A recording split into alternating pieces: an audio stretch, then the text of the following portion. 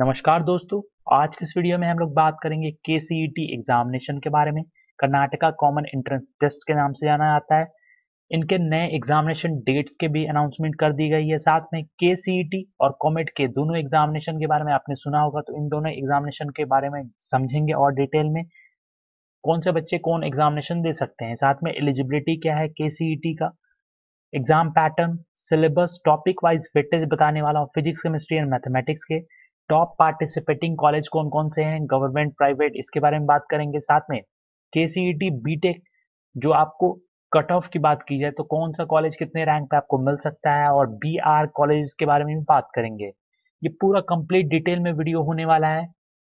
Karnataka common entrance test के नाम से ये जाना जाता है और 2021 में ये कंडक्ट होने वाला है। आपको बताऊं कि एग्जामिनेशन पहले ही कंडक्ट होने वाला था, लेकिन इसको फर्दर पोस्टपोन कर दिया गया है और केसीईटी एग्जामिनेशन आपका 28 अगस्त और 29 अगस्त को होगा। एप्लीकेशन फॉर्म जून में रिलीज हो जाएगा, यानी कि इसी महीने रिलीज हो जाएगा। कर्नाटका एग्जामिनेशन अथॉरिटी केईए ने नया सिलेबस भी जारी किया, तो वो आप ऑफिशियल वेबसाइट पे देख सकते हो और मैं सिलेबस आपको तो बताने वाला हूँ।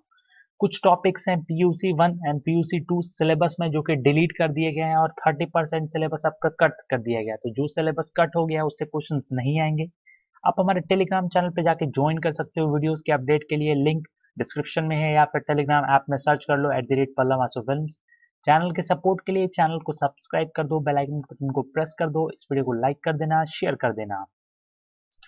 कर्नाटका एग्जामिनेशन अथॉरिटी जो कि कंडक्ट करती है केसीईटी एग्जामिनेशन, तो ये गवर्नमेंट बॉडी है और ये कंडक्ट करता है आपका कॉमन एंट्रेंस टेस्ट। आप देखो, जो भी बच्चे यहाँ पे एडमिशन के लिए अप्लाई करना चाहते हैं फर्स्ट ईयर या फिर फर्स्ट सेमेस्टर में, यहाँ पे अलग अलग कोर्सेज हैं जैसे कि engineering, technology, yoga, naturopathy, pharm science courses जैसे कि आपका BSc honours agriculture, BSc honours sericulture, BSc horticulture, तो अलग अलग कोर्सेज हैं। BTech biotechnology, B BSc honours community science, तो अलग अलग कोर्सेज के लिए अलग अलग एग्जामिनेशन होते हैं। B pharma, pharma diploma courses. तो 2021 में जो कर्नाटका के कैंडिडेट्स हैं वो इस एग्जामिनेशन के लिए अप्लाई कर सकते हैं।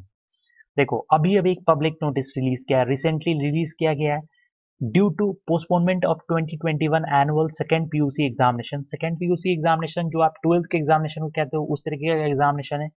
कोविड 19 के केसेस लगातार कर्नाटका में बढ़ रहे थे, जिसके कारण कॉमन एंट्रेंस टेस्ट को रिशेड्यूल किया गया है। इससे पहले शेड्यूल था ये 7 और 8 जुलाई को, और जो आपका कन्नड़ लैंग्वेज में एग्जामिनेशन होता है 9 तारीख को, उसको पोस्टपोन कर दिया गया। और सीईटी कॉमन एंट्रेंस टेस्ट का जो नया एग्जामिनेशन डेट है 28 तारीख को आपका एग्जामिनेशन होगा, 29 तारीख को जो कि इंग्लिश लैंग्वेज सब्जेक्ट चूज करेंगे, और कन्नड़ लैंग्वेज वाले कैंडिडेट्स के लिए 30 अगस्त को एग्जामिनेशन होगा। इसके बारे में और आगे समझेंगे।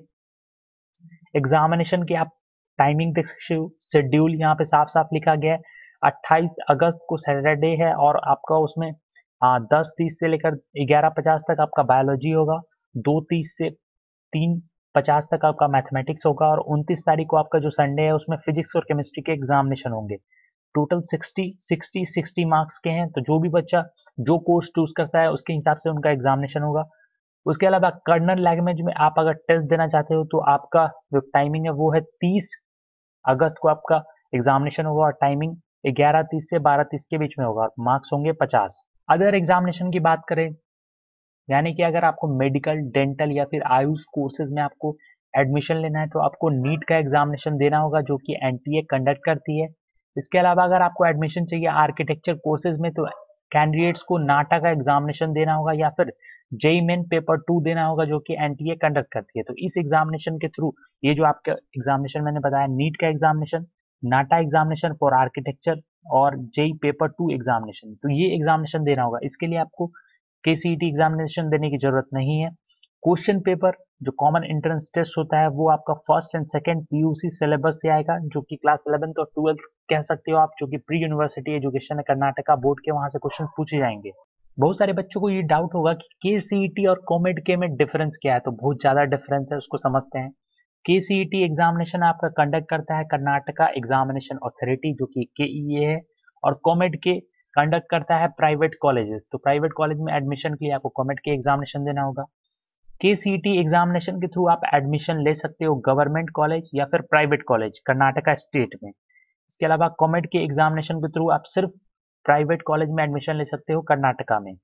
KCET only student from Karnataka are eligible for exam. आप देखो सबसे ज्यादा important, Karnataka common entrance test जो है आपका, उसमें सिर्फ कर्नाटका के बच्चे ही अप्लाई कर सकते हैं, जो वहाँ पे 11th-12th पढ़े हैं या फिर क्लास 1 से लेकर 12 तक पढ़े हैं, सिर्फ वो लोग अप्लाई कर सकते हैं। लेकिन कॉमेड के एग्जामिनेशन कोई भी स्टेट के, अदर स्टेट के बच्चे भी अप्लाई कर सकते हैं, वहां के भी बच्चे अप्लाई कर सकते हैं, कोई भी स्टेट के बच्चे कॉमेड के एग्जामिनेशन को अप्लाई कर सकते हैं। Any state can apply for the examination. KCET examination आपका एडमिशन होता है वहां पे क्लास 12th के बेसिस पे भी, क्लास 12th में जो मार्क्स आप ऑब्टेन किए उसके बेसिस पे हो सकता है। लेकिन कॉमेड के एग्जामिनेशन में जो आप एंट्रेंस टेस्ट दोगे बस उसी के स्कोर पे आपका एडमिशन हो पाएगा। KCET के कॉलेज के फी स्ट्रक्चर भी कम है, कॉमेड के फी स्ट्रक्चर ज्यादा है, क्योंकि वहाँ पे प्राइवेट कॉलेज इंक्लूडेड है और यहाँ पे गवर्नमेंट कॉलेज है, तो यहाँ पे फीस थोड़ा सा कम है। तो ये बेसिक डिफरेंस है। एलिजिबिलिटी, ये मैं एलिजिबिलिटी बता रहा हूँ आपको KCET एग्जामिनेशन का, तो बीटेक प्रोग्राम के देख सकते हो। एलिजिबिलिटी रिक्वायरमेंट्स, कैंडिडेट्स जो भी कैंडिडेट्स क्लास 12th में हो उनको मिनिमम 45% मार्क्स होना चाहिए physics, chemistry and mathematics, biology या फिर बायोटेक्नोलॉजी में। साथ में इंग्लिश उसका उन लोगों का कंपलसरी सब्जेक्ट होना चाहिए। और for SC/ST candidates minimum percentage class 12th में 40% होना चाहिए। BR के लिए, BR का आपका एग्जामिनेशन तो नाटा या फिर जेईई मेन पेपर 2 देना होगा, लेकिन क्लास 12th में आपको मिनिमम 50% मार्क्स होना चाहिए फिजिक्स, केमिस्ट्री एंड मैथमेटिक्स में। इसके अलावा आप अपियर होने चाहिए नाटा या फिर जेईई मेन पेपर 2 में। अब यहाँ पे कितना मार्क्स चाहिए वो कुछ नहीं कहा गया, सिंपली कहा है कि आप अपियर हो जाओ एग्जामिनेशन में।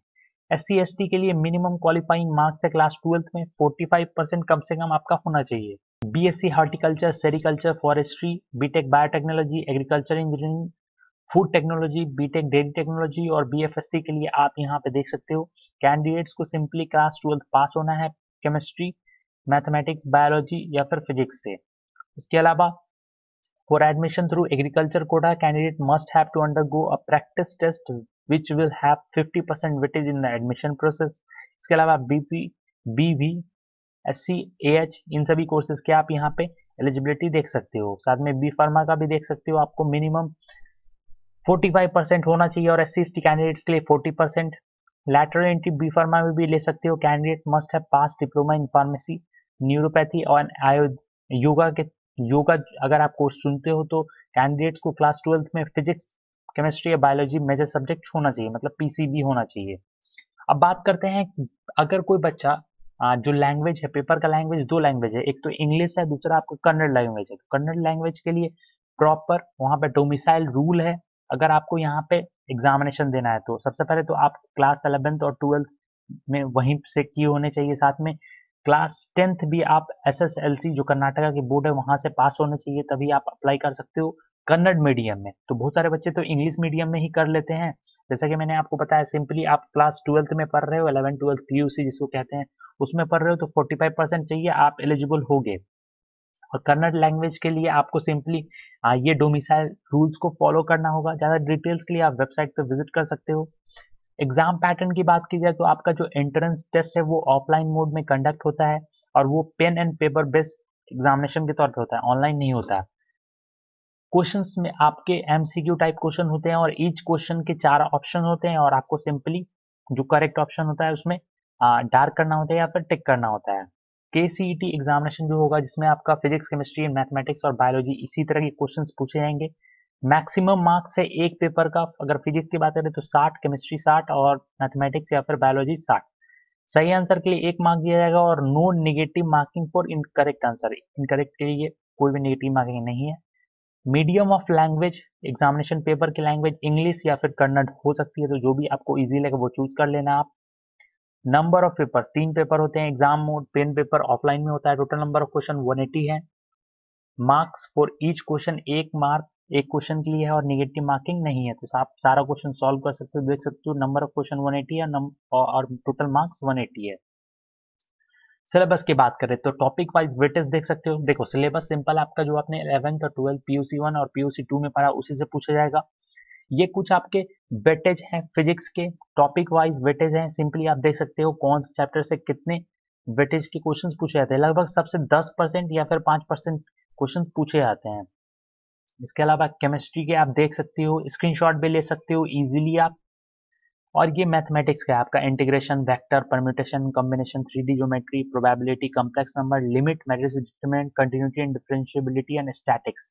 तो ये आपके कुछ बेसिक टॉपिक्स हैं जिसको आपको पढ़ना जरूरी है और आपने क्लास 11th और 12th में पढ़ा ही होगा।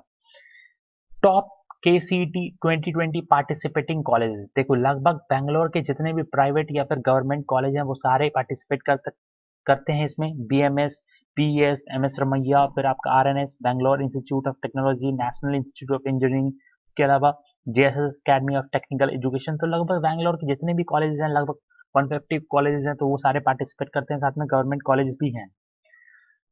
KCET 2020 बीटेक क्लोजिंग रैंक की बात की जाए तो university of Visvesvaraya college of engineering Bangalore देख सकते हो, सिविल इंजीनियरिंग के लिए आपको क्लोजिंग रैंक मतलब 1 से लेकर 29,057 होना चाहिए। जो KCET के बच्चे हैं उसके बारे में बात कर रहा हूँ मैं। SKSJT इंस्टीट्यूट में आप देख सकते हो कंप्यूटर साइंस के लिए 48,899, BMS में इलेक्ट्रिकल के लिए 36,187 रैंक होना चाहिए, उससे कम ही होना चाहिए। Doctor BR Ambedkar institute of technology 56,382, फिर आपका MS रमैया में केमिकल के लिए 34,000।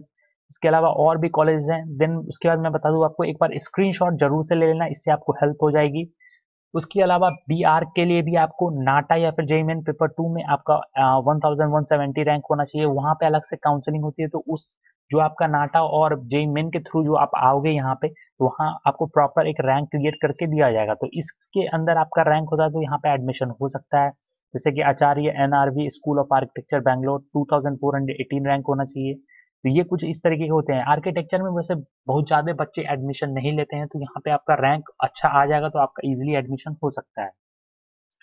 और ये देखो, ये इनका कॉन्टैक्ट डिटेल्स है और साथ में इनका ऑफिशियल वेबसाइट है kea.kar.nic.in, और ईमेल भी है, फोन नंबर भी है। कोई भी हेल्प चाहिए तो यहाँ पे जरूर से क्वेरी एक बार कर लेना। फिर भी कोई डाउट रह जाए तो कमेंट कर देना। उम्मीद है आपको वीडियो पसंद आया होगा। So thank you for watching. Thank you.